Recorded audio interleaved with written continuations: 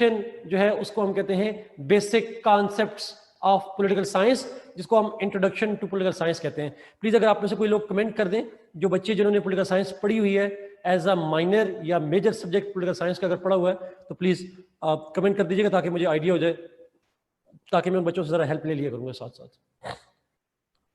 Great, ये हैं बच्चे, thank you so much Jibran Ghulam Murtaza, fine, yes Kaneez, ठीक हो गया, थैंक यू। सो सी का जो सेक्शन है इसके अंदर बेसिक कॉन्सेप्ट का सेक्शन है। जैसे इसको हम बेसिक कॉन्सेप्ट्स में एक्सप्लेन करूं तो स्टेट क्या होती है, लॉ क्या होता है, गवर्नमेंट क्या है, लेजिस्लेचर, एग्जीक्यूटिव, जुडिशरी, इसी तरीके से fascism, political parties, public opinion, sovereignty, etcetera etcetera, एक लिस्ट ऑफ टॉपिक्स हैं जो उसके अंदर लिखे हुए हैं। इसके ऊपर सवाल आते हैं 3 और आपको करने होंगे 2। You will have to pick 2 questions out of the 3 questions and this is the paper 1G। Paper 2 के ऊपर अगर आए तो पेपर 2 के अंदर बड़ा डिटेल्ड लंबा सिलेबस है उसके अंदर ऑब्वियसली ए इज एमसीक्यूज होते हैं, then B part is 4 developed states political thinkers, 4 developed states के पॉलिटिकल सिस्टम्स हैं, पॉलिटिकल सिस्टम्स डेवलप्ड स्टेट्स के। वो 4 स्टेट्स कौन सी हैं? UK, US, France and Germany. UK, US, France, Germany, 4 constitutions हैं और उनमें से 2 सवाल आते हैं और आपने एक करना होता है। So 4 political systems, UK, US, France, Germany, और उनमें से आपने 2 सवाल आते हैं, you have to attempt 1। Last section जो सी सेक्शन है पेपर 2 का, दैट इज लेंथी। उसके अंदर सिलेबस में जो चीजें हैं मैं वो अगर एक्सप्लेन कर दूं, they include political system of developing states, वहां पे है डेवलप्ड स्टेट्स, यहां पे है political systems of the developing states like China, Turkey, India etcetera. China, India, Turkey, Iran, Malaysia, ये 4-5 कॉन्स्टिट्यूशंस हैं। प्लस प्री पार्टीशन है पाकिस्तान के बारे में, pre partition of Pakistan, Iraq नहीं है अफसर। प्री पार्टीशन में जो कोर्स में शामिल हैं, they include 3 personalities and their contribution to Pakistan movement. सिर्फ 3 पर्सनैलिटीज, जिन्ना, इकबाल, सर सैयद, इन तीनों का पाकिस्तान मूवमेंट में जो रोल है, सिर्फ प्री पार्टीशन से ये 3 क्वेश्चन है या 3 टॉपिक कह लें आप। पोस्ट पार्टीशन में फिर है constitutions,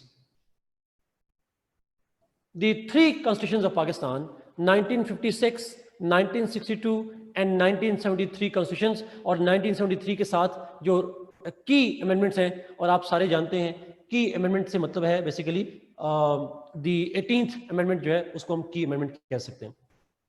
so 3 constitutions of Pakistan, सारा कोई बात नहीं, मैं साथ बोल भी रहा हूं ताकि आप लोगों को आइडिया हो जाए, इसकी पिक्चर भी मैं सेंड कर दूंगा। देन कॉन्स्टिट्यूशंस के अलावा some of the political issues of Pakistan, जैसे for example civil military relations है, जैसे फेडरलिज्म के इश्यूज हैं, जैसे रिलीजन एंड पॉलिटिक्स है, नेशनल इंटीग्रेशन है। जनरली 4-5 बेसिक जो इश्यूज है पाकिस्तान के, करंट इश्यूज है, पॉलिटिकल इश्यूज, इकोनॉमिक नहीं, political issues. 18th amendment, NFC award वगैरह कह लें, जिसको सेंट्रल प्रोविंस इशू कहते हैं। और उसके अलावा जो सिविल मिलिट्री है, जैसे नेशनल इंटीग्रेशन है, रिलीजन पॉलिटिक्स है, इस तरह के जो इश्यूज हैं, करंट इश्यूज, पॉलिटिकल इश्यूज, वो आपके कोर्स में है 4-5। जुडिशरी का रोल पे है रेदा, डायरेक्ट जुडिशियल एक्टिविज्म नहीं लिखा हुआ, बट जुडिशरी का रोल लिखा हुआ। ओके, उसके अलावा then there are 2 other issues. 2 questions हैं आईआर सेक्शन में, यहाँ पे आईआर भी आता है इसके अंदर। 2 क्वेश्चंस हैं उसके अंदर, 2 टॉपिक्स हैं। एक है पाकिस्तान की फॉरेन पॉलिसी डिटर्मिनेंट्स, जो पाकिस्तान की फॉरेन पॉलिसी के डिटर्मिनेंट्स हैं, वो फैक्टर्स जो फॉरेन पॉलिसी को इन्फ्लुएंस करते हैं, वो टॉपिक है। प्लस एक है cold war, foreign policy plus cold war, ये 2 मेन टॉपिक्स हैं जो कि आईआर सेक्शन से हैं। This is the entire C section जी, ये जो लास्ट सेक्शन है, थर्ड सेक्शन है, मैं फिर रिपीट करता हूं, डेवलपिंग स्टेट्स के पॉलिटिकल सिस्टम्स, प्री पार्टीशन से 3 personalities, Iqbal, Jinnah, sir Syed, constitutions 1956, 62 and 73, current political issues of Pakistan, और फिर आईआर में foreign policy determinants and the cold war. ये मिलाकर इस पे सवाल आते हैं 5 और आपने करने होते हैं 3। अब उसकी मर्जी है, ये 5 सवाल सारे कॉन्स्टिट्यूशन से दे दे, सारे पाकिस्तान से रिलेटेड दे दे, आईआर से दे दे, उसकी मर्जी है, it's up to him. So mostly बहरहाल पैटर्न यही है कि जो पाकिस्तान रिलेटेड टॉपिक्स हैं, प्री पार्टीशन वाले, कॉन्स्टिट्यूशन वाले और करंट इश्यूज, इन पे सवाल कम से कम 3 सवाल आते हैं। This is the usual pattern जी। ना आए तो मुझे कुछ ना कहिएगा, बट एटलीस्ट 2 और मैक्सिमम 3 क्वेश्चन पाकिस्तान से रिलेटेड यहां पे जरूर आते हैं। इसका मतलब है इसमें आपने ज्यादा फोकस करना है पाकिस्तान के इश्यूज पे, और वो यहाँ पे आपके करने ही 3 क्वेश्चन होंगे। और ये मैं इसलिए पाकिस्तान पे फोकस करवाता हूँ कि आपने ये ऑलरेडी पाकिस्तान अफेयर्स में पढ़ा होता है, you don't need to work too much. Civil military relation जो करंट अफेयर्स में आप पढ़ते हैं या पाकिस्तान अफेयर्स में, वही पढ़ने, कोई नई चेंज नहीं करनी है आपने।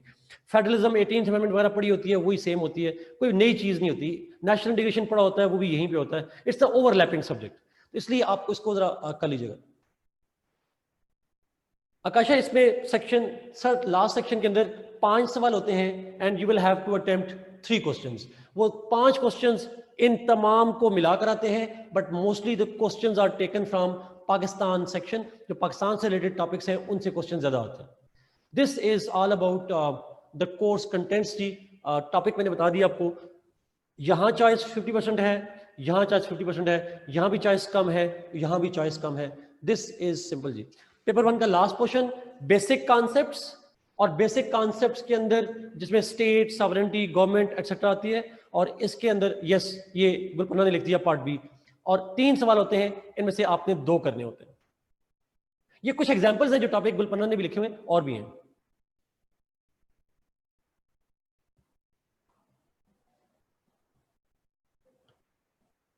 But wouldn't we discuss C part paper 2? ये आसान है जी। Political systems of developing states, pre partition, constitution, 3 constitution Pakistan के, प्री पार्टीशन में Iqbal, Jinnah, sir Syed and issues as well. Developing states में Ramna I also added political science के जो पॉलिटिकल सिस्टम डेवलपिंग स्टेट्स के हैं। डेवलपिंग स्टेट्स के मैंने जो 5 नाम लिए हैं, मैं फिर रिपीट कर देता हूं। उनमें है चाइना, टर्की, ईरान, इंडिया और Malaysia. So I also name China as a developing state. एक क्वेश्चन में जो पेपर में वर्ड लिखा हुआ है वो पॉलिटिकल सिस्टम है, तो हम कॉन्स्टिट्यूशन को करते हैं, उसमें से ही पॉलिटिकल सिस्टम की चीजें भी आ जाती हैं। ऊपर अरूबा को मुझे सवाल समझ नहीं आया, जरा प्लीज अगर दोबारा पूछिएगा। Yes, China is a developing state. Okay, any other question जी please.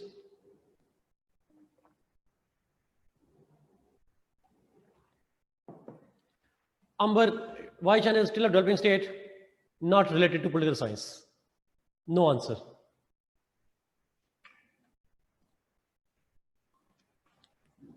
Ji Sara exactly. Global integration, Fazal thank you thank you.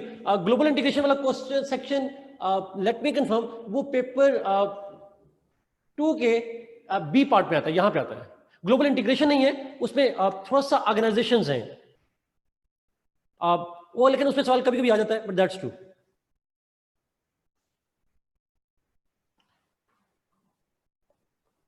जी ऐसा ही है, ट्रू।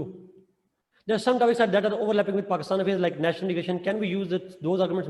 Yes जी, जो आपने करंट अफेयर्स में यूज किया होता है आर्गुमेंट, वो यहाँ पे लिखते हैं। सिर्फ बात यह है आपका आर्गुमेंट थोड़ा ज्यादा रिफाइन हो जाएगा when you will study all of these things. तो यहाँ पाकिस्तान के इश्यूज पे पहुंचते पहुंचते आपकी क्लैरिटी ऑफ थॉट मजीद बढ़ जाएगी। That's what is going to happen. How much of it would be helpful in constitutional law? Doctor Ahmad Zaman ने पूछा, ये जो systems हैं जी, they overlap with the constitutional law, but the answers are not exactly the same one. Constitutional law में question और nature के होते हैं, टॉपिक वही होते हैं, बट उन पे क्वेश्चन की नेचर थोड़ी और हो जाती है, तो फर्क होता है उसके अंदर जाके। जी सारा, मेरा जो पहला लेक्चर बच्चों के साथ होता है यहाँ पे करंट अफेयर्स में, तो मैं शुरू में बताता हूँ कि जो कोर्स कंटेंट्स हैं आपके करंट अफेयर्स के और पाकिस्तान अफेयर्स के, वो ओवरलैप करते हैं डिफरेंट ऑप्शनल सब्जेक्ट्स में।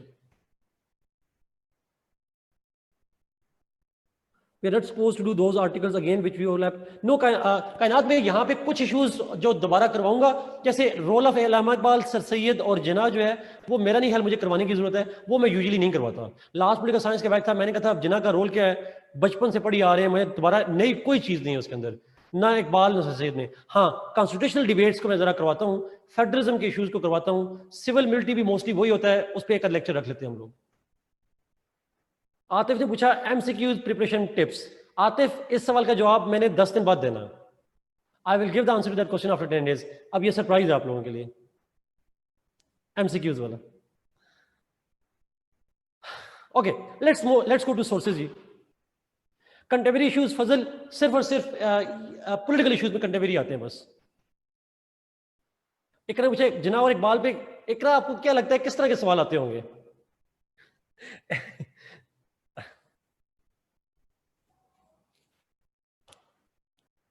वो टिपिकल सवाल आते हैं।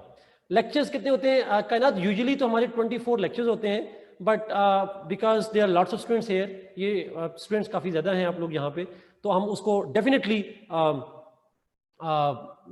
उस पर ज़रा लेक्चर्स हम शायद 3-4, तो इट विल बी रफली अराउंड 27 के करीब लेक्चर्स मिलाकर हो जाएंगे सारे, रफली अराउंड।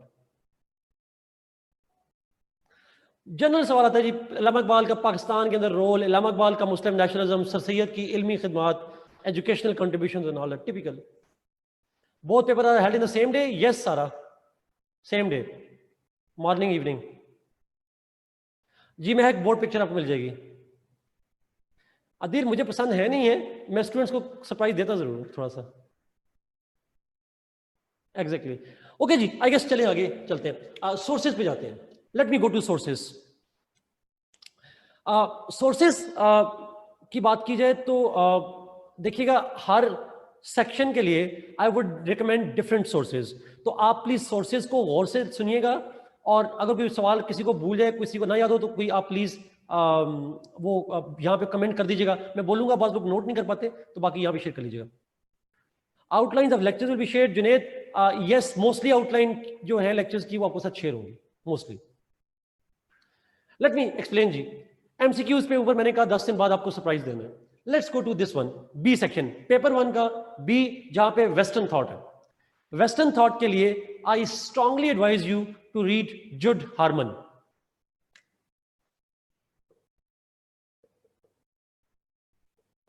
जुड हार्मन्स बुक, जिसका नाम है modern political thought from Plato to present. Exactly Mustafa, modern political thought from Plato to present. Plato से लेकर आज तक, वैसे है नहीं प्रेजेंट तक, बट उसने जब लिखी थी उस वक्त तक होगी।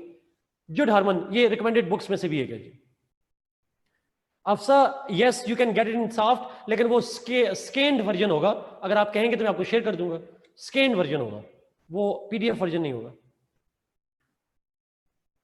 पीडीएफ में ही है बट स्कैन में है, ठीक है, आई विल शेयर जी, वो आप लोगों को मिल जाएगी। मुस्लिम थॉट के लिए अच्छा, जुड हार्मन की बुक बेस्ट है।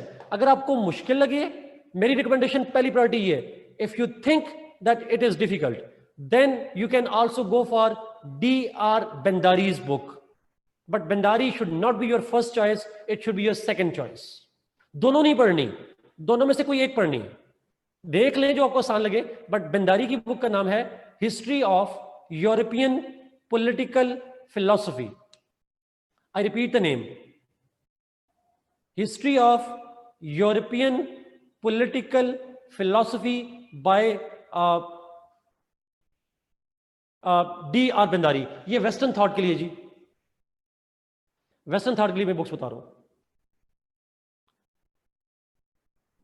सजिदा तेजस भी किताब अच्छी है मिसबा, लेकिन वो भी अच्छी किताब है, सजिदा तेजस भी अच्छी है, बट मैं आपको 2 टॉप रैंकिंग कर लेते हैं ना, टॉप पे जुड हार्मन है, प्रेफर करें जुड हार्मन। समझ ना आ रही हो सॉफ्ट में दे दूंगा, समझ ना आ रही हो, फिर आप मुस्लिम सेजेस ऑफ जो बंदारी पे या सेजेस ऑफ पे चले जाएं, बट प्रेफर आप उसी को करिएगा प्लीज, जो hormone.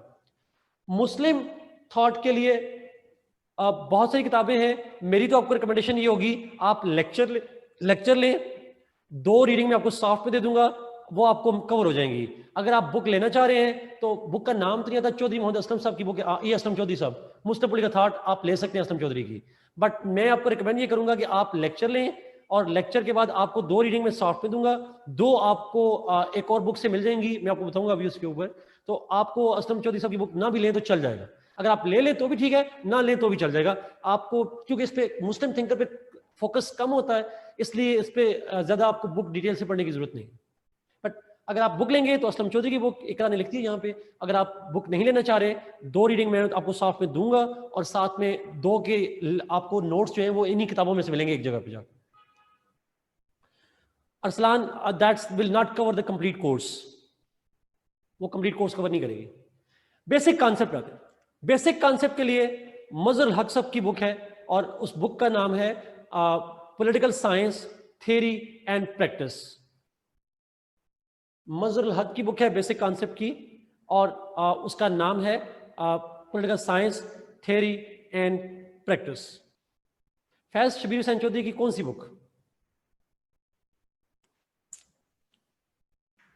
Yes, political science theory and practice, Mazhar Haq की बुक है ये।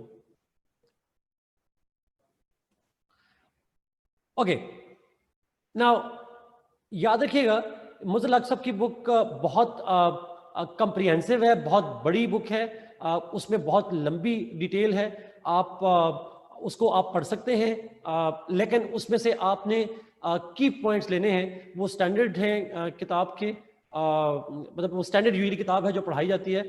फैज़ ने जो बुक शेयर की है, फैज़ मैंने ये बुक के कंटेंट्स देखे नहीं है थोड़ा सा, सो सॉरी, अगर आपके पास है तो सॉफ्ट में मुझे कंटेंट्स भिजवा दें, मैं शायद जान सकूं, मैंने इल्म नहीं है, शायद मेरे से गुजरी होगी लेकिन मुझे याद नहीं आ रहा इस किताब का, so I won't comment on that please.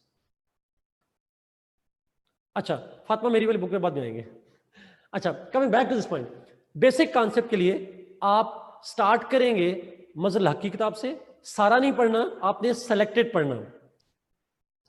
Basic concept इसकी बात हो रही है।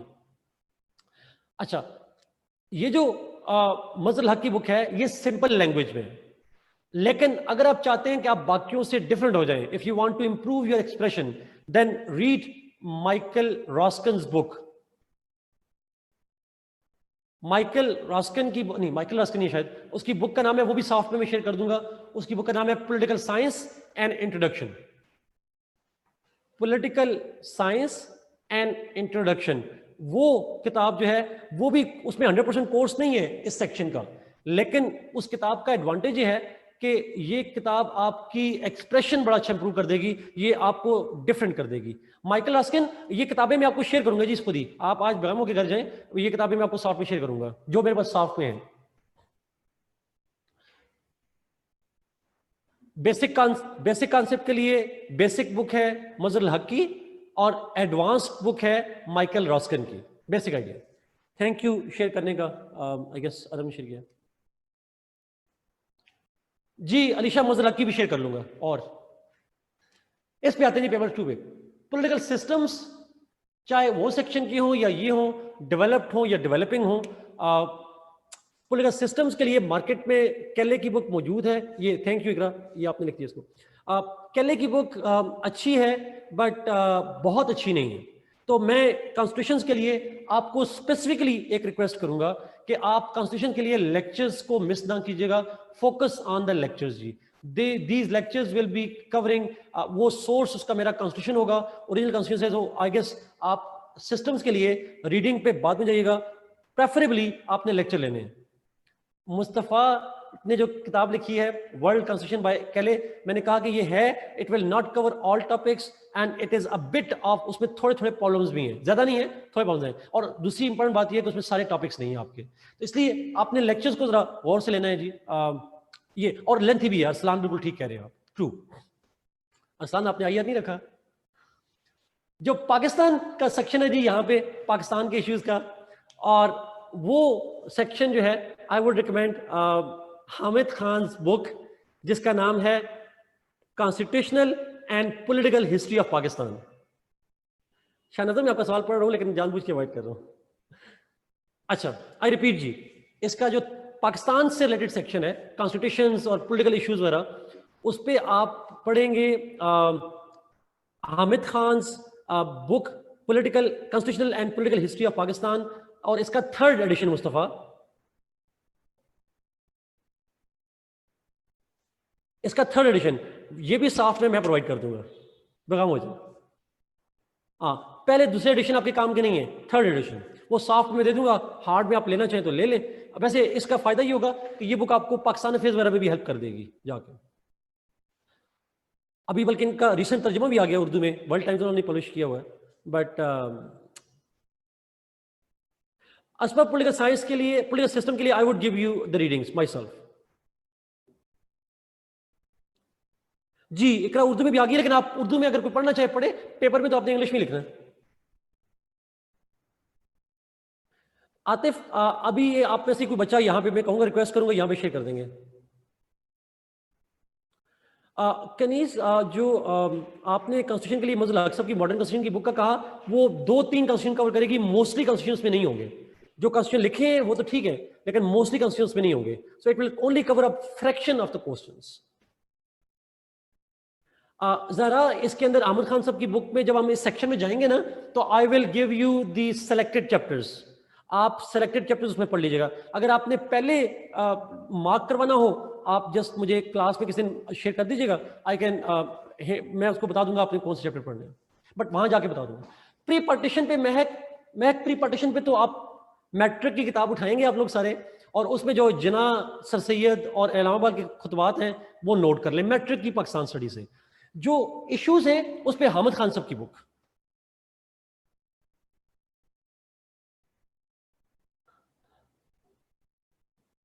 अच्छा, अब आते हैं जी। अच्छा, इन पे कोई सवाल? ट्रैक टू पाकिस्तान नहीं, कायनात नहीं, वो वहां से कर ले, 3 टॉपिक के लिए जो मर्जी कर ले। इलामा इकबाल, सर सैयद जिना, आप गूगल करें तो आपको लाखों मिल जाएंगे, जहां से मर्जी कर लें। उनका कंट्रीब्यूशन ना 1960s में चेंज हुआ, ना 1990s में चेंज हुआ, उनका एक ही कंट्रीब्यूशन है, कोई चेंज नहीं, जो मर्जी ले लें। अलीशा अय्यर के 2 टॉपिक है, वो दोनों रीडिंग में आपको खुद दूंगा। अच्छा, मेरी बुक पे मैं बाद में आऊंगा, पहले मुझे आप इस पे जो बुक्स में बता चुका हूं उस पे कुछ पूछना तो पूछें। एक दफा अगर आप क्वेश्चन ना पूछेगा, मैं एक दफा शॉर्टली ओवरव्यू दे देता हूं। वेस्टर्न थॉट के लिए preferably Judd Harmon, second option is बंदारीज बुक। मुस्लिम थिंकर्स के लिए preferably I will give you the readings, but you can also pick Aslam Chaudhry's book.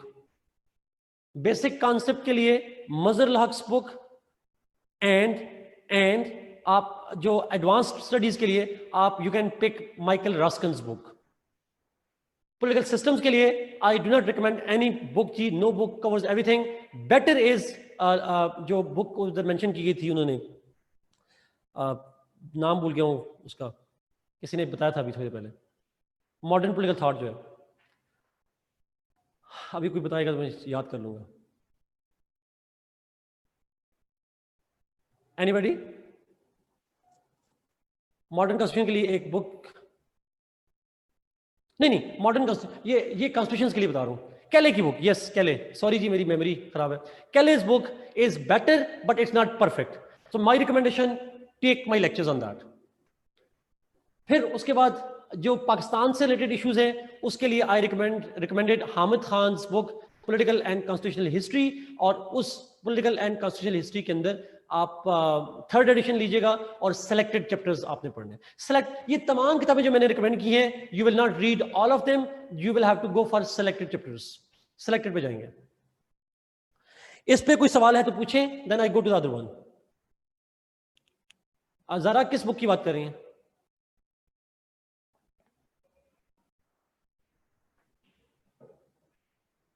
Arsalan खुद इतना मुश्किल आपसे इस्तेमाल कर लिया, बाकी बच्चे कैसे करेंगे? अरसलान इट्स फाइन, बिल्कुल ठीक है। जरा उसमें से मैंने कहा मैं आपको सिलेक्टेड चैप्टर्स बताऊंगा, आई will give you selected chapters जो आपने पढ़ने हैं। मेरी बुक के अलावा सवाल करें, मैं मरीब अपनी बुक पे आखिर में आऊंगा। Name of Aslam Chaudhry's book, Anam ने पूछा भाई कोई नीचे अगर लिखते, मुझे नाम उसका एग्जैक्ट नहीं आता, मेरे ख्याल में मॉडर्न इस्लामिक थाट या मॉडर्न इस्लामिक मॉडर्न थाट कुछ ऐसा का नाम है, बट अगर आप प्लीज कोई नीचे लिख दे अनम के सवाल के जवाब में। मुस्लिम पॉलिटिकल थॉट, इकरा ने लिखा। Thank you Muslim, thank you Iqra. For IR portion Kainat I will Kaneez sorry I will share reading myself. Political issues will be covered by magazines. No, Asba, you will have to go for Ahmed Khan's book for political issues. जी सुमल, अभी हम कर देते हैं इस पे बात, एक दफा रिव्यू देता हूँ। What about my book? आखिर में Muslim political thought. Thank you, sir. For political systems, will you provide updated data? I think Turkey constitution got changed. Yes, Akasha. इसीलिए मैंने कहा कि टर्की वाली चीजें और चीजें अपडेटेड नहीं है। I will give you updated. इसीलिए मैंने कहा कि मेरे लेक्चर लीजिएगा। That's true. अदर सोर्सेज काफी नहीं है शाहनजर। ऐसे by the way honestly speaking political science का एक डायलेमा है, the more sources you consult you will get confused. Pick one source, मैंने आर इसीलिए लिखा रहा हूं, pick one source and stay with it. Any online sources, Maham ने पूछा टू रीड, ये सारी किताबें आपको पीडीएफ में मिल जाएंगी, that will become online source, बाकी कोई ऑनलाइन सोर्स नहीं है। आ रहा हूं पे IR की Mahak, I will give you readings. No journals are relevant हो जा, जर्नल्स नहीं पढ़ने यहां पे इसके लिए। अब आते हैं आतिफ, आपका सवाल भी इंडायरेक्टली वही है। अच्छा, इसमें कोई और सवाल किसी का रह तो नहीं गया मेरे ख्याल में? Yes Fazal, they are enough. Okay, मैं अपनी बुक पे आता हूं जी। जो मेरी बुक है, पहला पॉइंट, पहला जुमला जो आपने पल्ले बांध लेना है, I did not rote those books. Sumbal, अभी कोई बच्चे से मैं कहता हूँ वो आपको सारी किताब, या कोई बंदा अपने से टाइप कर ले वो किताबें सारी यहाँ पे अगर शेयर कर दे जो मैंने कही हैं। वैसे सुंबल वो किताबें मैंने साफ में भी आपको दे देनी है लोगों को, so don't need to worry on that. मेरी बुक मैंने लिखी नहीं है, आई कंपाइल्ड इट। पहला सवाल, is it clear? I compiled it, I did not write it. पहला। दूसरा पॉइंट, बिकॉज obviously धोखा नहीं है, मैंने पहले बताया था, पहला जुमला मैंने यहां से शुरू किया है, I compiled it। दूसरी चीज, लेकिन obviously I own it, उसकी गलतियां होंगी तो I own it। अगर आपको लगे कि प्रॉब्लम है इसमें, I will own it, मैं उसको ओनरशिप डिनाई नहीं कर रहा, I own it।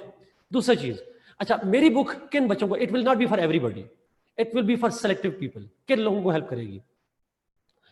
अच्छा, देखें, मेरी बुक बेसिकली लिखने का जो पर्पस भी था वो ये था कि ये जो मैंने आपको बुक्स बताई हैं, they are mostly for those people who have a good comprehension skills, जिनकी कंप्रीहेंशन की स्किल्स अच्छी हैं, और वो बच्चे जो कि लेक्चर को अंडरस्टैंड करके यहाँ से रीड कर सकते हैं और उनको क्वेश्चन स्ट्रक्चर करना खुद से आता है।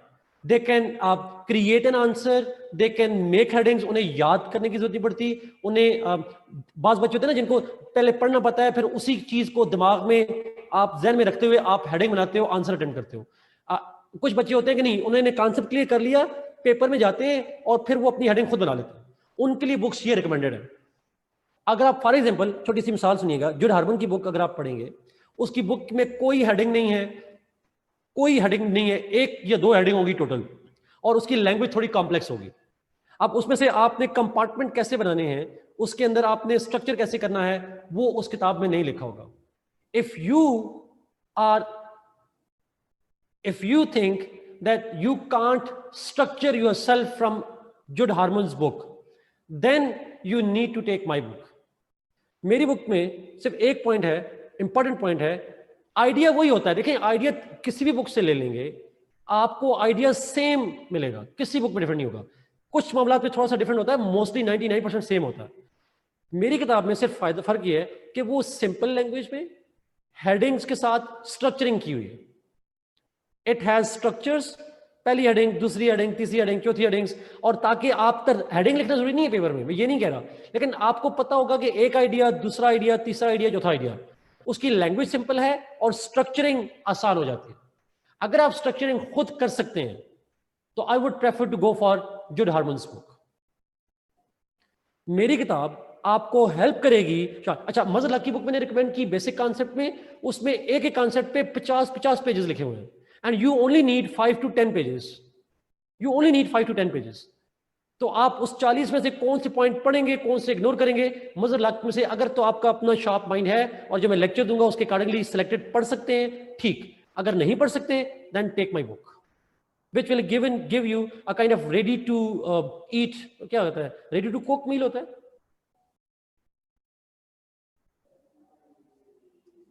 रेडी टू कुक मील होता है सॉर्ट ऑफ, वो इस तरह की चीज आ सकती है।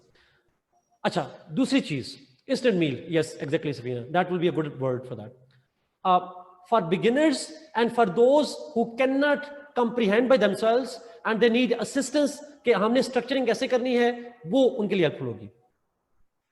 अच्छा Shahnazar, honestly speaking from so many sources, मजल बेसिक कॉन्सेप्ट में मिसाल लूँ मैं से मजल हक से भी लिया है, रॉस्कन से भी लिया है, 3-4 बुक्स और ली हैं, आर्टिकल लिए हैं, I have mix things up.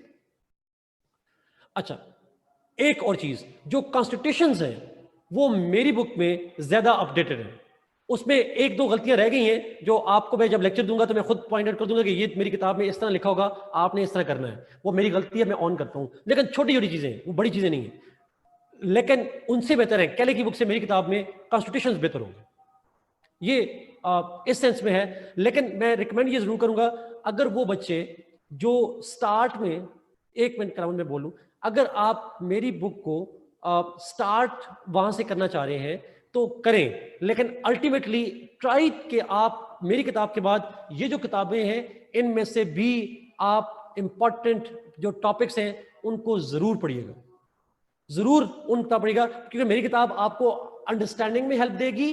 अगर आप एक्सप्रेशन इंप्रूव करना चाह रहे हैं तो फिर आपको ये किताबें जो मैंने रिकमेंड की हैं, you will have to read them. This is what it is. Rida ने कहा, नाम लिख दिया आई गेस ये नीचे, understanding political science. Thank you so very much जिन्होंने भी लिखा है जी यहाँ पे।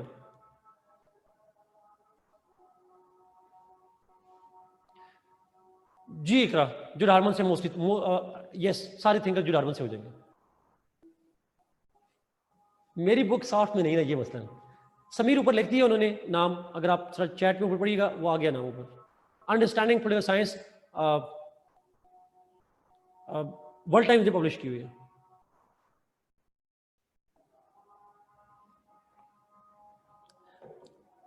Shahnazar, it is enough if you understand from it and you have a good expression of yourself. And I know about you individually, Shahnazar, आपको मुझे पता है आपका एक्सप्रेशन ठीक है, आप फिर एक्सप्रेशन इंप्रूव कर लीजिएगा, अंडरस्टैंडिंग वहां से लेने के लिए इट्स गुड फॉर यू। जरा टॉपिक, वो टॉपिक जब आएंगे उनका क्लास में लेंगे, अभी टॉपिक थोड़ी हो रहा है, अभी तो थोड़ा सा बेसिक चीजें हो रही हैं।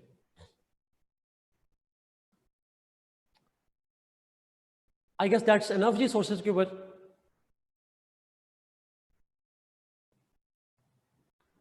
Any question that I left?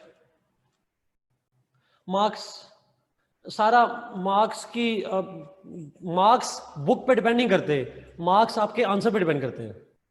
Content तमाम किताबों का सेम है, कंटेंट तमाम किताबों का सेम है, लेकिन ऑब्वियसली आप आंसर कैसे लिखते हैं वो आप पे डिपेंड करता है। तो बुक से मार्क्स नहीं आते जी, आपके एक्सप्रेशन से आते हैं। उधर पूछा मार्क्स कैसे आएंगे, मेरी बुक का I don't recommend note taking जी, नोट मेकिंग रिकमेंड नहीं करता। अगर नोट मेकिंग उनके लिए होती है जिनको याद ना रहे, मेरा नहीं हाल के, मेरे लेक्चर नोट कीजिएगा, वो नोट होंगे आपके। 150+ कैसे आएंगे, हुदा ने पूछा।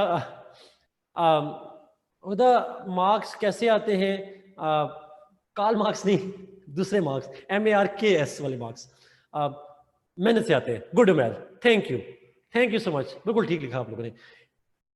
इसके लिए आखिरी पॉइंट जी, आखिरी जुमला, हर सेक्शन के बाद, हर सेक्शन के स्टार्ट में, ये बड़ा इंपॉर्टेंट पॉइंट है,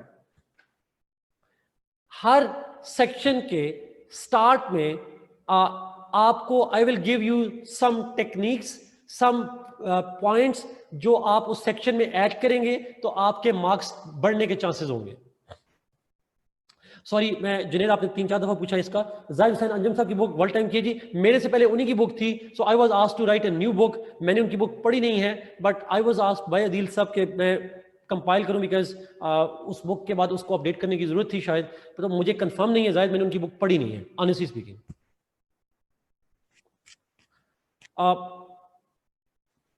प्लीज लाजमी ध्यान में रखिएगा, जो हर सेक्शन है उसके अंदर मार्क्स गेनिंग स्ट्रेटजी सेपरेट होती है। पूरे पॉलिटिकल साइंस की एक स्ट्रेटजी नहीं है। एक पॉलिटिकल साइंस की जो स्ट्रेटजी है वो ये है कि आपका एक्सप्रेशन डिफरेंट होना चाहिए। आइडिया तो ठीक हो ही हो, वो तो तमाम का सेम होगा। प्लेटो ने जो कह दिया, अब आर बंदा डिफरेंट तो नहीं कर सकता, it will be same. Expression, the language, the paragraphing, writing style, और साथ में कुछ टेक्निक्स जो हर सेक्शन की अलग होती हैं, वो हम साथ देखेंगे। इस तरह पॉलिटिकल साइंस को मार तो नहीं पड़ेगी, मुझे कैसे पता हो? ऐसे नहीं होता। एफपीएससी ऐसे नहीं करता कि पहले से कहे कि इसको मार पड़वानी है, ऐसे नहीं होता।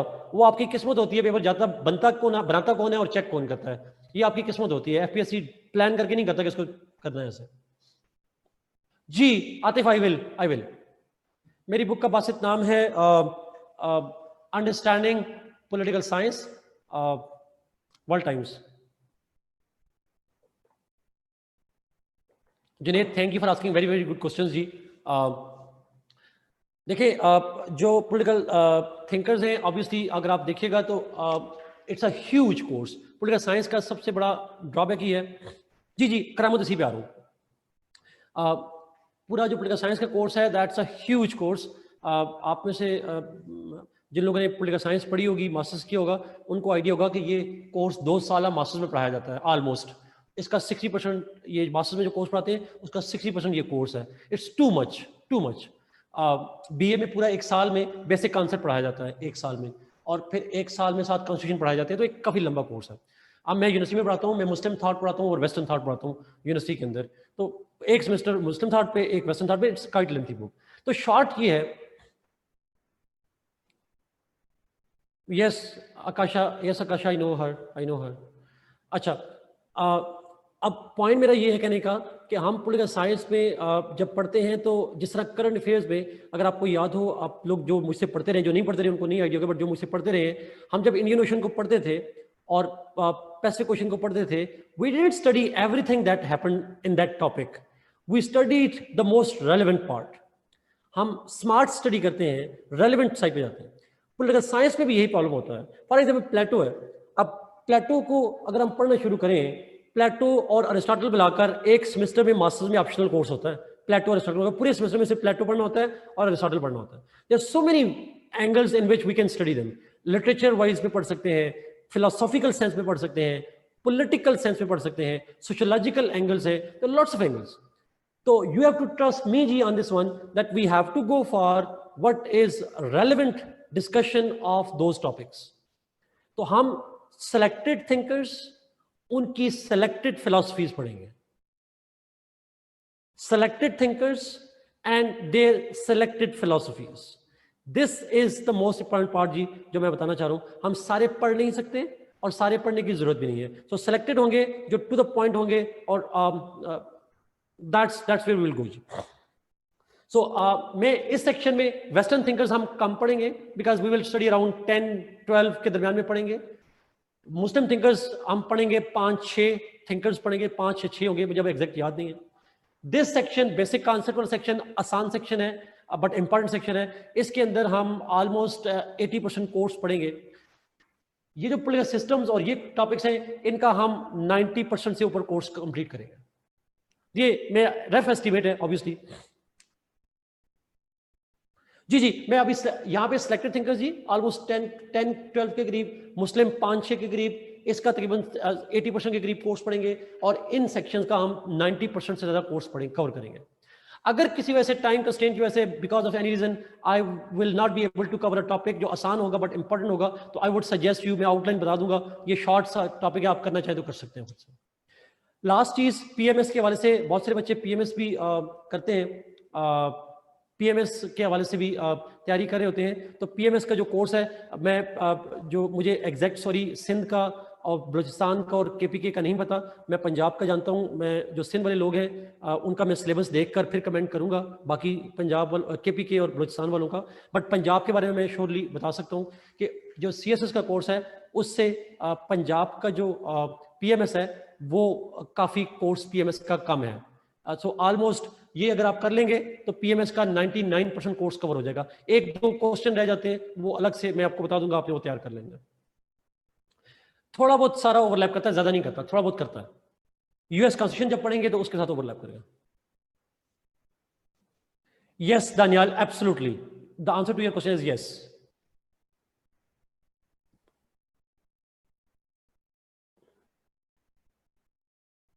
थोड़ा सारा वो पाकिस्तान फेस करंट फेस, एक दो सवाल कवर होंगे, ज्यादा नहीं होंगे। Yes exactly. Note making sir, Rafael, if I am correctly pronouncing your name, Rafeel, right? Rafeel, हम इसको नोट मेकिंग के ऊपर आपका टाइम लगेगा बहुत ज्यादा। माय सजेशन विल बी कि आप मेरे लेक्चर को नोट करें और जो रीडिंग है उसमें से पढ़ लें। नोट मेकिंग ना करिएगा, लेक्चर के अंदर ही कुछ चीज ऐड कर दें, वो उसमें आपका टाइम लग जाएगा। आप बनाना चाहिए बना सकते हैं, but sitting in August I don't think आपके लिए मुश्किल हो जाएगा। Sorry if I pronounce it wrong. No, Sarah. My answer is no. It's not preferred. It will waste your time. Lectures or readings, if it gives you a basic understanding, note making की जरूरत नहीं। मेरे ख्याल में अब चलते हैं जी topic पे, अगर आप इजाजत दे दो।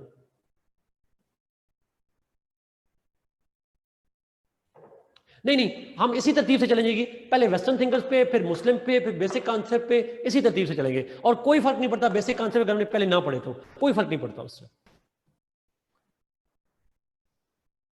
नोट मेकिंग के लिए मैं जनरली बात करूं जी, सीएस हो, पीएमएस हो, यू डोंट नीड इट जी। बोर्ड पिक्चर ले लेंगे उमर।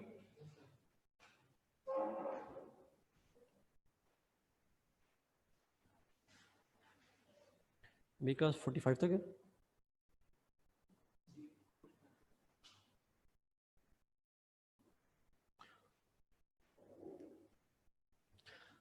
अच्छा, let's start with the western thinkers जी। प्लेटो से स्टार्ट करते हैं। अच्छा, एक पॉइंट ध्यान में रखिएगा please.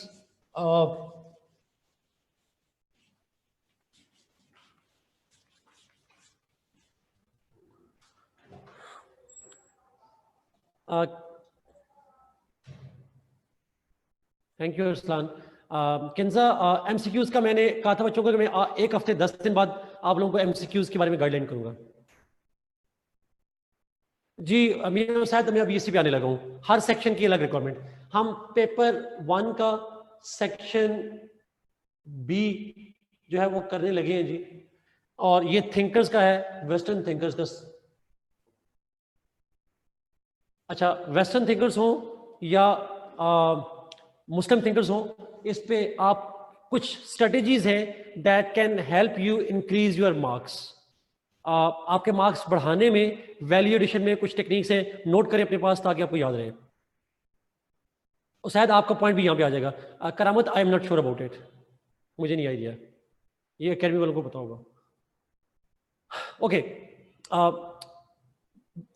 Point number 1,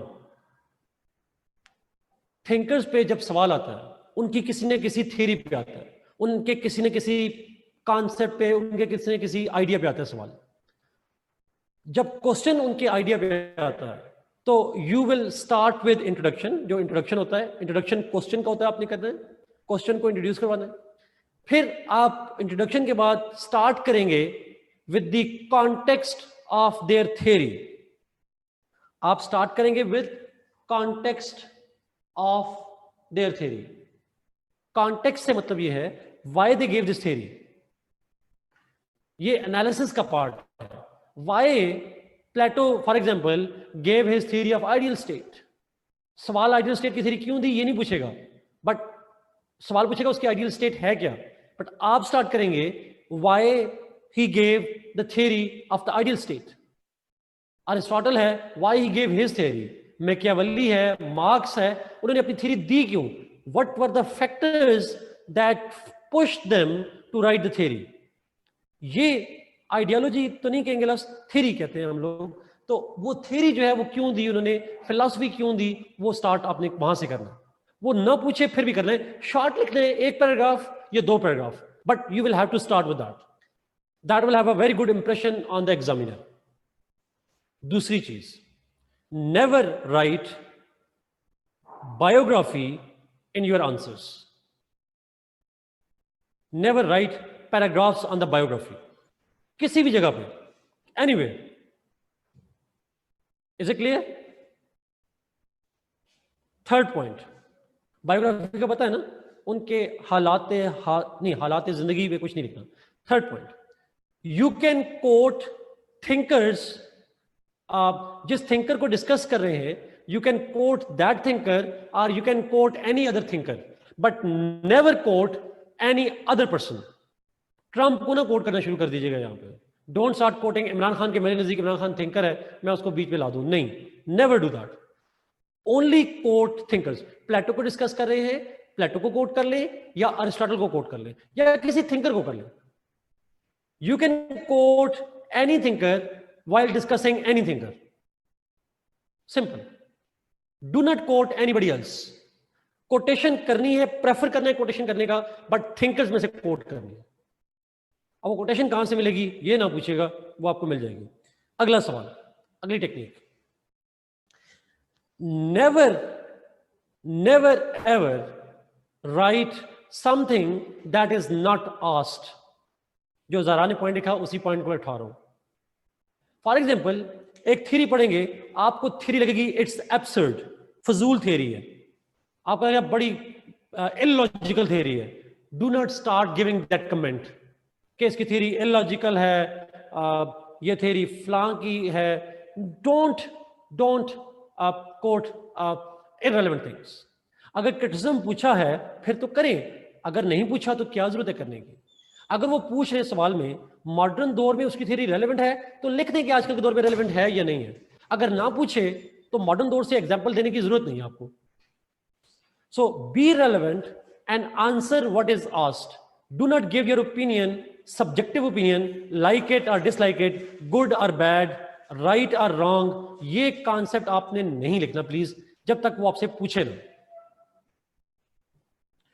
so simple argument is do not enter into subjective debates, right or wrong वगैरह की चीजों पे।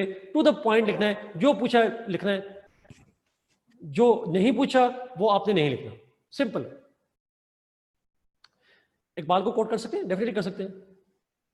एग्जैक्टली फाद, मैं ये लफ्ज बोलना नहीं चाह रहा था बट खुद फिलोसफर नहीं बनना। उसने जो थ्योरी बता दी, खुद से कोई चीज नहीं ऐड करनी please. That's a good word. I guess let's move जी। ये बेसिकली 3-4 टिप्स हैं, अगर आप याद रखेंगे तो आप कामयाब रहेंगे, नहीं तो फिर भी कामयाब रहेंगे। लेट्स स्टार्ट विद प्लेटो। अब मेरा लेक्चर स्ट्रक्चर कैसे होगा, मेरी लेक्चर्स पॉलिटिकल साइंस में स्ट्रक्चरिंग क्या होती है, जरा प्लीज ध्यान में रखिएगा। हम स्टार्ट करेंगे जब थिंकर्स को, तो I would start with their biography. मैं उनकी बायोग्राफी बताऊंगा, वेरी शॉर्ट बायोग्राफी। मैंने कहा आंसर में बायोग्राफी नहीं लिखनी और मैं आपको बायोग्राफी पढ़ाऊंगा। क्यों पढ़ाऊंगा? 2 वजहों से। एक, उनकी थ्योरी समझ नहीं आएगी अगर आपको बायोग्राफी ना बताओ।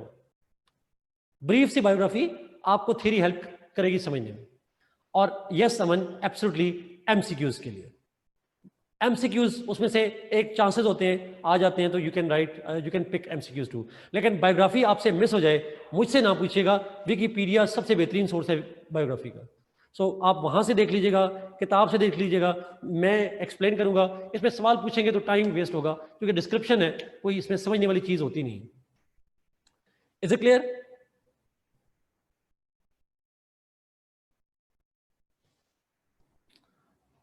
ओके जी, लेट मी मूव जी। चलते हैं, प्लेटो से स्टार्ट करते हैं। प्लेटो की डेट ऑफ बर्थ और डेथ से स्टार्ट करते हैं।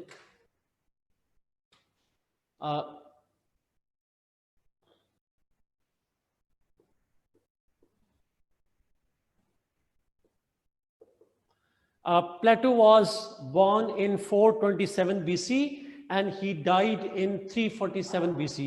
ये हम रिवर्स में क्यों जा रहे हैं, ये आप खुद ही पहचान लीजिएगा। रिवर्स में क्यों जा रहे हैं? बिफोर क्राइस्ट है, ईसा अलैहिस्सलाम से पहले की बात है। अगर आपको फिर भी समझ ना आए तो आप असद अजीज साहब से पूछिएगा, वो पढ़ा देंगे आप लोगों को, वो जनरल एबिलिटी है जो भी आप पढ़ते होते हैं। Anyway, simple. नाउ मैं स्टार्ट करूंगा उसकी बायोग्राफी से, फिर जाऊंगा कॉन्टेक्स्ट पे, फिर थ्योरी पे जाऊंगा, और आखिर में जाके क्रिटिसिज्म वगैरह की बातें आएंगी। सो प्लेटो की सवाल किस तरह से आता है, इस पे जाने से पहले मैं सबसे पहले बायोग्राफी, फिर बताऊंगा क्वेश्चन कैसे आता है, और फिर उसके अकॉर्डिंगली हम स्ट्रक्चर करेंगे। सो स्टार्ट करते हैं बायोग्राफी से। Plato was born in Athens. Athens में पैदा हुए Plato, which was a city but an independent state.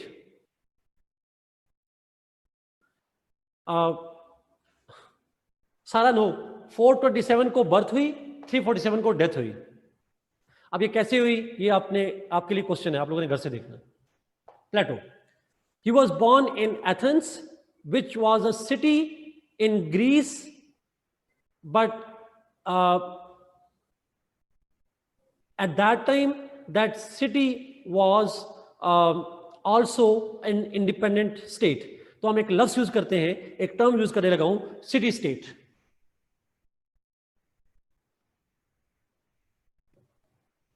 City state की टर्म यूज की जाती है, विच मीन्स एक सिटी हो बट एक इंडिपेंडेंट स्टेट हो, जैसे सिंगापुर है या मॉडर्न दौर में। अच्छा, मेरी किताब का एक फायदा ये होगा आप लोगों को, मेरी किताब जिन लोगों ने ली हुई है उसके आखिर में, जो रिसेंट एडिशन है उसके आखिर में एक लिस्ट ऑफ टर्म्स लिखी होगी। ये टर्म्स ज़रा डिफरेंट होती है, वो भी लिखी हुई है वहां पे, उनके मीनिंग लिखे हुए हैं, आपको हेल्प कर सकते हैं। तो आपको पता है प्लेटो को अफलातून हम कहते हैं, प्लेटो को अफलातून कहते हैं। तो एथेंस उस शहर का नाम है जहां पे प्लेटो पैदा हुआ था, और ये एथेंस जो है ये ग्रीस के अंदर, यूनान के अंदर एक शहर है। और जो एथेंस होता है ये सिटी था, बट एक पूरी स्टेट भी मौजूद है।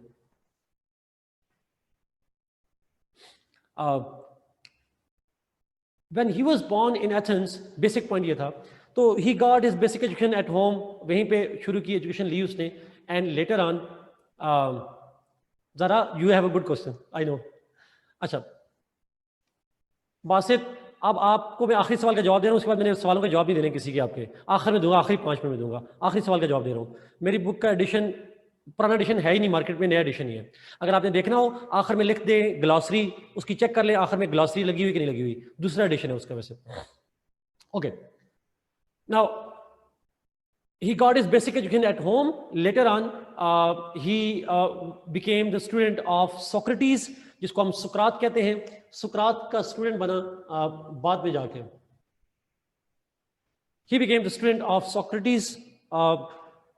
He remained Socrates' student until the execution of Socrates. जब सुकरात को एग्जीक्यूट किया गया, उसे सजाए मौत दी गई, then up to that time Plato remained his student. सुकरात को सजा क्यों दी गई उस पर बाद में आएंगे। After the death of Socrates, Plato have moved and traveled in the Greece. He traveled to different places, and ultimately he returned to Athens. And in Athens he established his own educational institution. When he returned to Athens, he established his own educational institution, which is called the Academy.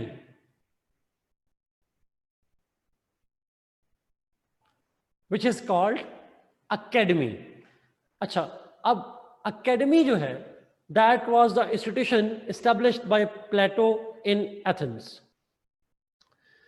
इस Academy में Plato spent his entire life teaching and reading.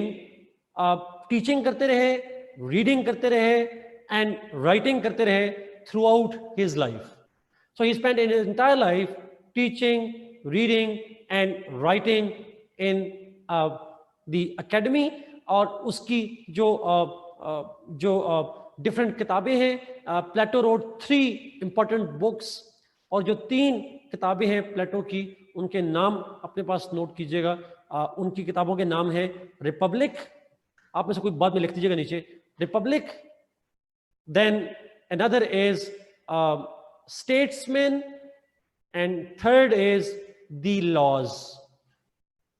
Republic, statesman, the laws, ये 3 किताबें हैं जो कि प्लेटो ने लिखी वहां पे। Thank you Safina, thank you all, आप लोगों ने लिख दिया यहाँ पे।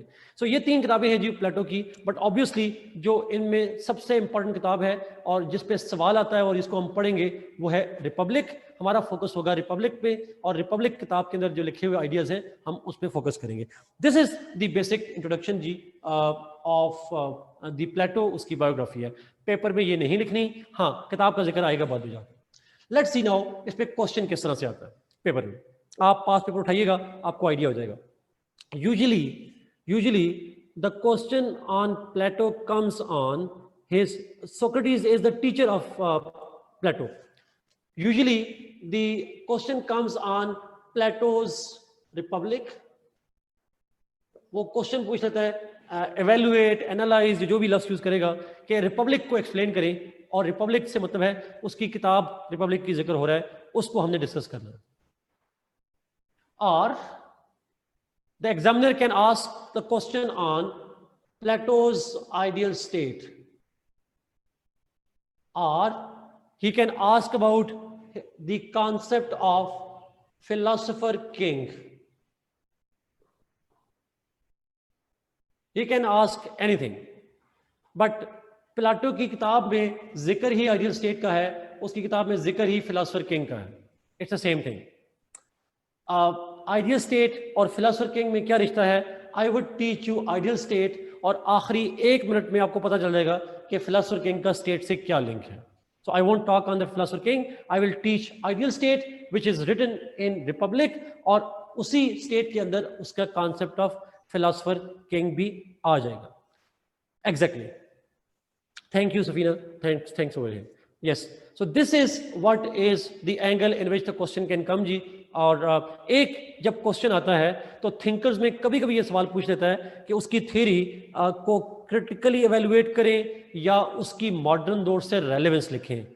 उसकी मॉडर्न दौर से रेलेवेंस है या नहीं है, आप एक्सप्लेन करें। ये सेकंड पार्ट होता है क्वेश्चन का यूजली। या उसकी थ्योरी को क्रिटिसाइज करें, उसका क्रिटिकल एनालिसिस करें। तो उस सूरत में आपने उसकी थ्योरी लिखनी है और उस पर आपने जाके क्रिटिकल एनालिसिस करना है, उसका क्रिटिसिज्म कंस्ट्रक्ट करना है। But let us first read the theory, और फिर हम जाएंगे उसके क्रिटिसिज्म पे ऊपर भी और बाकी चीजों के ऊपर भी। So I have 20 minutes and I think I can do it, so if you follow me. इसको मैं मिटा दूं, so I remove it? Okay, लिख दिया ऑलरेडी उधर क्वेश्चन। ओके, तो हम सबसे पहले कौन सा हेडिंग लिखेंगे? When we will answer the question, ideal state पे सवाल आ गया, रिपब्लिक पे, स्टार्ट कहां से करेंगे? What will be the first heading? Introduction. अब obviously after introduction context. Introduction के बाद लिखेंगे जी कॉन्टेक्स्ट। वाई? इंट्रोडक्शन तो जनरली आता है, but we will start with the context के why Plato gave the theory of ideal state. Plato ने आइडियल स्टेट की थ्योरी तो दी है, सवाल भी पूछा उसने, उसने रिपब्लिक बुक भी लिखी है, बट बुक में जो लिखा है वो क्यों लिखा है? आइडियल स्टेट की थ्योरी क्यों दी है? अच्छा, मैं एक आपसे सवाल पूछूं छोटा सा। Use your common sense, which is usually not common but still you need to use it. Plato ने आइडियल स्टेट की थ्योरी दी, does it mean that he was happy with the kind of state that existed in Athens at that time? No, he was not. अगर वो अपनी वक्त की state से satisfied होता तो फिर थ्योरी आइडियल स्टेट की क्यों देता? तो कॉन्टेक्स्ट, कॉमन सेंस यूज कीजिएगा। एक बात ये होगी, उसने theory of state the because उस वक्त की स्टेट से वो सेटिस्फाइड नहीं था, दैट्स सिंपली। खुश होता तो थ्योरी ना देता और ना हमें पढ़नी पड़ती। Exactly. Let's see what were his complaints of the state at that time. There are two factors that created a hatred for that state in Plato's heart. दो वजह थी कि प्लेटो को उस वक्त की स्टेट से प्रॉब्लम्स थे। वन, और उसकी स्टेट का नाम क्या था? अगर आप नाम लिखें, what is the name of the state?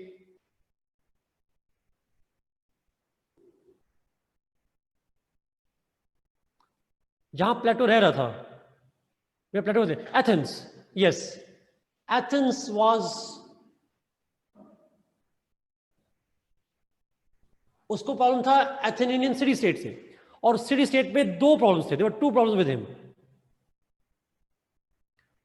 नहीं संबल, हमने पहले जब थ्योरी डिस्कस करनी है उससे पहले उस को डिस्कस करने के उसने ये थ्योरी दी क्यों, तो रिपब्लिक की थ्योरी या उसकी जो रिपब्लिक के अंदर आइडियल स्टेट है वो क्यों दी उसने, ये हमने करना पहले। सो एथेनियन सिटी स्टेट थी, और उस सिटी स्टेट के अंदर दो प्रॉब्लम्स थे that forced Plato to give his ideal state. One issue was, जो ऊपर लिखा उन्होंने, the one of the problem was the problem with the execution of Socrates. Plato's teacher was executed, जो के थे Socrates, and this created a hatred in the heart of Plato for Athens and Athenian government. Athens की government ने क्यों execute किया था, उसका point यहां पे बड़ा इंपॉर्टेंट है जी। इसलिए एग्जीक्यूट किया था because Socrates was criticizing the principle of direct democracy in Athens. I repeat this point. The Socrates was executed because he criticized the Athens direct democracy. Direct democracy of Athens was criticized by Socrates, and Athenian government asked him not to criticize them, but when he refused, he was executed by the state. So Plato became critical of the Athens direct democracy. Let me first define what is direct democracy. जरा understand कीजिएगा जी, कुछ लोगों को idea होगा, कुछ को नहीं होगा, so let me explain that. Direct democracy ये होती है कि जिसमें people are the government. So when people have to decide, जब उन्हें कोई लॉ बनाना हो, all the people sit in a place and they make a law. अवाम खुद डिसीजन करते हैं, वो किसी नुमाइंदे को चूज नहीं करते। हम तो अपने एमपीएस को और एमएनएस को इलेक्ट करते हैं, वो हमारे लिए लॉ बना देते हैं, वो एग्जीक्यूट करते हैं, हम उनको चूज करते हैं। लेकिन डायरेक्ट डेमोक्रेसी में लोग किसी को चूज नहीं करते। People sit in a place and when they sit in a place they decide for themselves, like a jirga exactly. तो इसको हम कहते हैं डायरेक्ट डेमोक्रेसी। पंचायत, जिरगा, जो भी आपकी कम्युनिटी के हवाले से बातें हैं, so everybody participates in it. Everybody is the government, everybody is the executive, everybody is the judiciary, everybody is the legislature. सारे बैठते हैं और फैसला करते हैं, कोई बादशाह नहीं, कोई नुमाइंदा नहीं, people are directly ruling collectively, मिलकर। This is called direct democracy, everybody participates. So when Socrates criticised it, तो उसकी बुनियाद पे उस वक्त की एथेन की गवर्नमेंट ने उसको एग्जीक्यूट कर दिया, and Plato became anti direct democracy, he became critical to direct democracy. This is what it is. दूसरी वजह जो लिंक करती है इसी से, the Athens lost a war at the hands of Sparta, और उस वॉर का नाम है Peloponnesian war. Athens was defeated in a war which was fought against Sparta, जिस वॉर को हम कहते हैं पेलोपोनेशियन वॉर। और आप लोगों ने, जो लोगों ने करंट अफेयर्स मुझसे पढ़ा है, मैंने थुसिडिडीज ट्रैप का जिक्र किया होता है आपके साथ। तो थुसिडिडीज जो था thinker, he analysed this war to give his idea, जिसको हम थुसिडिडीज ट्रैप कहते हैं। सो थुसिडिडीज ट्रैप जो है, that was constructed after analysing this war, उस जमाने में। खैर, एनीहो, अब वापस इस पे आते हैं। When Athens lost the war at the hands of Sparta, ये प्लेटो के पैदा होने से पहले की बात है, इमीडिएटली पहले की बात है, थोड़ा टाइम पहले की बात है। So when Athens lost the war, Athens में थी डायरेक्ट डेमोक्रेसी, स्पार्टा में था मोनार्की। तो direct democracy lost a war from monarchy. Plato, आपको पता है, जो जंग हारता है, यू क्रिटिसाइज इट कंप्लीटली। जो ये ऐसे ही जैसे क्रिकेट टीम हारती है, हमें हर खिलाड़ी बुरा लगता है, बट यू क्रिटिसाइज इट, चाहे वो जितना भी अच्छा खेले, but you lose it, you are subject to criticism. So when Athens lost the war, the Plato make Athenian system the target of his attacks. He thought that this Athenian political system is rotten and it is kind of not relevant. It is something that needs to be replaced. So he criticized the Athenian direct democracy, and because it was defeated in the war with Sparta. मैं इसको shortly repeat करता हूँ जी. Monarchy सारा फिलहाल at this point of time shortly समझे, monarchy is a one man rule. Plato की life से थोड़ा सा पहले, पैदा होने से पहले, Athens was defeated by Sparta. Athens में गवर्नमेंट थी डायरेक्ट डेमोक्रेसी, और जो स्पार्टा में था that was monarchy. So when Athens lost the war, Plato find it another excuse to criticize the Athens. जंग से हारे हैं, so this system is bad, outdated, old, and we need to replace it with some new model. So because of these two reasons, Plato developed hatred and dislike for Athenian system, and to replace it, उसको replace करने के लिए, then he gave his theory of ideal state. He gave the theory of ideal state in order to find a state that should replace the Athenian state of his time. तो आसान तरीन लफ्जों में, अब ये जुमले लिखने वाले नहीं है, समझने वाले हैं. अगर प्लेटो के जमाने में उसके टीचर को एग्जीक्यूट ना किया जाता, Athens would not have lost the war, Plato state से डिसइल्यूजन ना होता, तो क्या उसकी थ्योरी हम पढ़ रहे होते आज? No. So these were the developments that became the cause and reason for his theory of ideal state. I guess it would make sense to you if I explain that way. समझ आ रही बात? अच्छा, बड़ा मुझे please एक comment दीजिएगा, feedback दीजिएगा. Don't you think context समझने से यू गेट द डायरेक्शन कि हम बात किस एंगल में करेंगे? It makes logical to understand that, और किसी हद तक रिलेट कर देती है उसके साथ. ओके, अब आपको आइडिया हो गया होगा कि उसकी आइडियल स्टेट जो है वो जो भी होगी वो थोड़ा डिफरेंट एंगल होगा, वो डायरेक्ट डेमोक्रेसी नहीं होगी, ये बात तय है. Okay, great. Fatma, reason of execution was because Socrates criticized direct democracy. Okay, let's move ji. Let's go to his ideal state. Now, अब आप heading देंगे the theory of ideal state. अगर head question हो Republic का तो लिखें Republic, heading दे देंगे Republic. Let's move on that. Plato's ideal state. वैसे मैंने पहले कहा था ये सवाल रेलेवेंट नहीं है, पहले थ्योरी तो पढ़ लें, अभी तो शुरू ही नहीं की मैंने.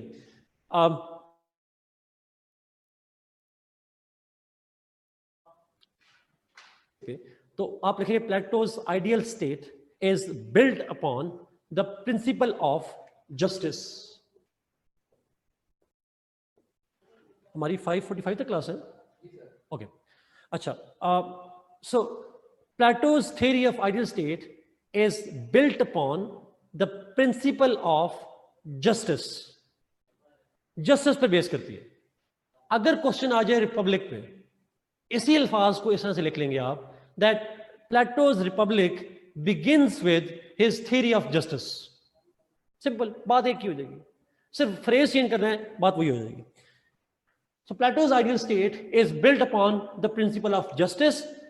चार बेसिकली पॉइंट हैं जी, चार बेसिकली पॉइंट हैं उसकी थ्योरी के. पहले हम जस्टिस करेंगे, फिर एजुकेशन करेंगे, फिर कम्युनिज्म करेंगे, और फिर आखिर में फिलोसोफर किंग के पॉइंट को हाईलाइट करेंगे.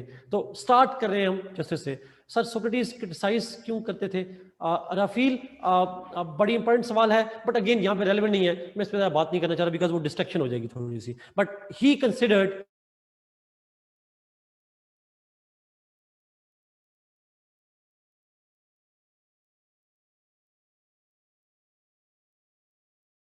क्वेश्चन आ जाए रिपब्लिक पे तो आप जुमला लिखेंगे the Plato's Republic begins with his theory of justice and ideal state is built upon the principle of justice. हमने justice को पहले elaborate करते हैं. अच्छा, let's see. justice में आज 5-6 मिनट में यही करवा पाऊंगा, but basic point है, important है. justice की बुनियाद पे सारी चीजें आती हैं. Plato, in his theory of justice, states that the people are human beings. They are motivated by, their behavior is controlled by 3 main instincts.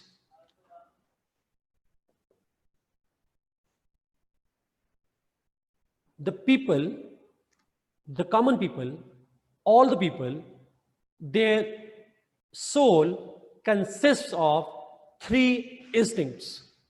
Instinct का मतलब ये होता है, इसको उर्दू में आप जिबिल्लत कहते हैं, फितरत कह लें, जो भी कह लें.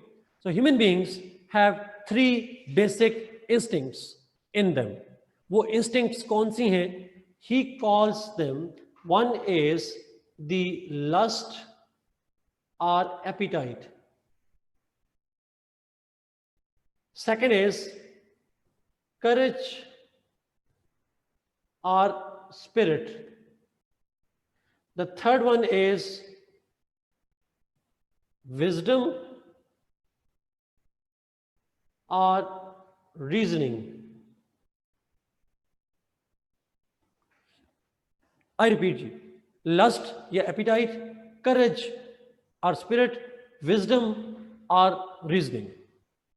ये 3 instincts हैं जो तमाम इंसानों में हर वक्त मौजूद होती हैं. साइमल्टेनियसली एक वक्त में तीनों इंस्टिंक्ट्स हर इंसान के अंदर मौजूद है. सिंपली लस्ट भी है, करेज भी है, विजडम भी है इंसानों में. हाउएवर प्लेटो सेज, अब ये सारी चीजें प्लेटो कह रहा है, अच्छा मैं अपनी फिलॉसफी नहीं दे रहा, आपको मना किया था, मैं भी नहीं दे रहा, ये उसकी फिलॉसफी. ही सेज, मैं अगर ही ना भी करूं तो आप समझ लीजिएगा वही कह रहा है. ही सेज दैट तीनों इंस्टिंक्ट्स तो मौजूद हैं, but one of these 3 instincts is dominant and others are present in lesser quantities. So तीनों मौजूद हैं, but they are not equally present. One of them is predominant.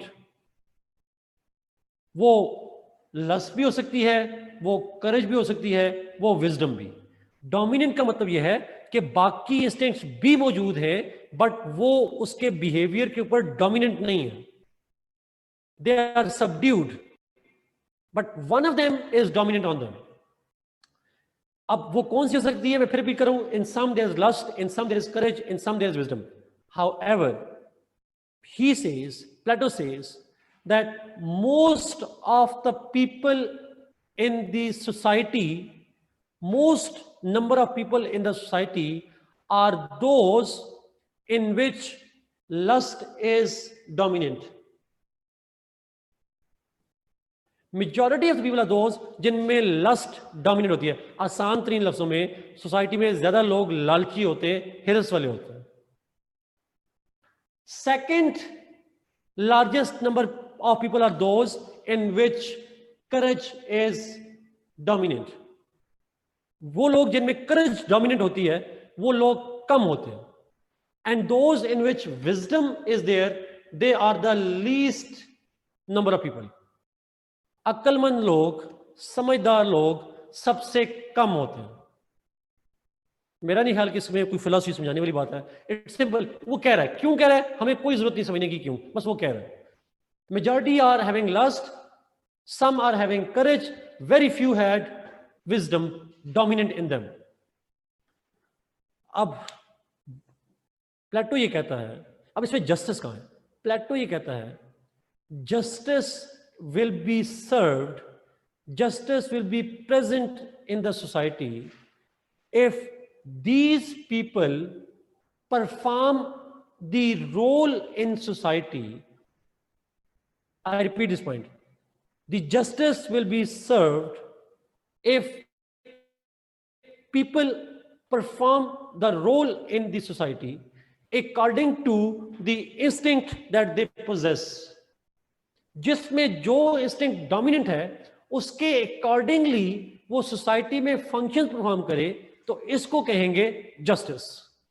अब वो क्या रोल है, क्या स्पेसिफिक रोल डिफाइन करता है? ही सेज, इसी पॉइंट को रिपीट करो जी।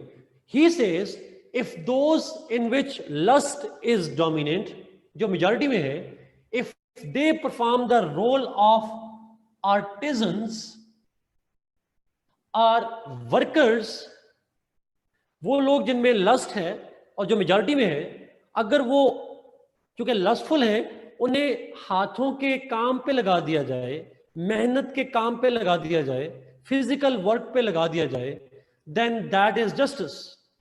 दोज इन विच करेज और स्पिरिट इज डोमिनेंट, उन लोगों की तादाद कम है, but because they have courage in them, so they must perform the role of the military class. वो सोल्जर्स बन जाए, वो मिलिट्री को ज्वाइन कर लें, बिकॉज उनमें करेज है। तो इस स्कीम को, इस प्रिंसिपल को कहेंगे justice.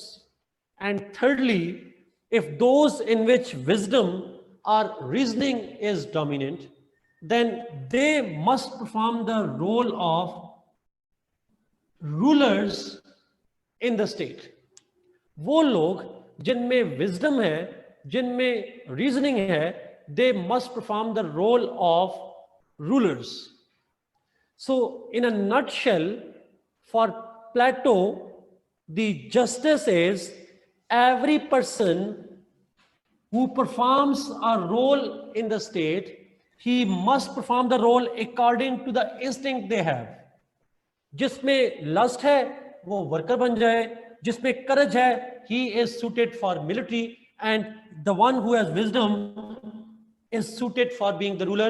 This is what we call justice. Mustafa, you rightly use the word, उसने नहीं कहा, but हम इंटरप्रेट करें right man for the right job. और right man for the right job किस बुनियाद पे होगा? It will be on the basis of the instincts. जिसमें जो इंस्टिंक्ट है, जिसकी जो खासियत है, उसी में वो फंक्शन परफॉर्म करे सोसाइटी में. This is what we call the justice. इसके लिए हम डिफरेंट लफ्ज यूज करते हैं. मॉडर्न दौर में हम इसको फंक्शनल स्पेशलाइजेशन कहते हैं. राबी, आपका सवाल बहुत इंपॉर्टेंट है, जरा प्लीज इसको पब्लिक करिएगा. जिसके अंदर जो मॉडर्न दौर में आप कान में तकलीफ हो तो आप दांत वाले डॉक्टर के पास तो नहीं जाएंगे ना, आप स्पेशलिस्ट के पास जाते हैं. Because the specialist can perform that function. मैं पॉलिटिकल साइंस पढ़ा रहा हूं. क्यों पढ़ा रहा हूं भाई? क्योंकि मैंने केमिस्ट्री पढ़ी है.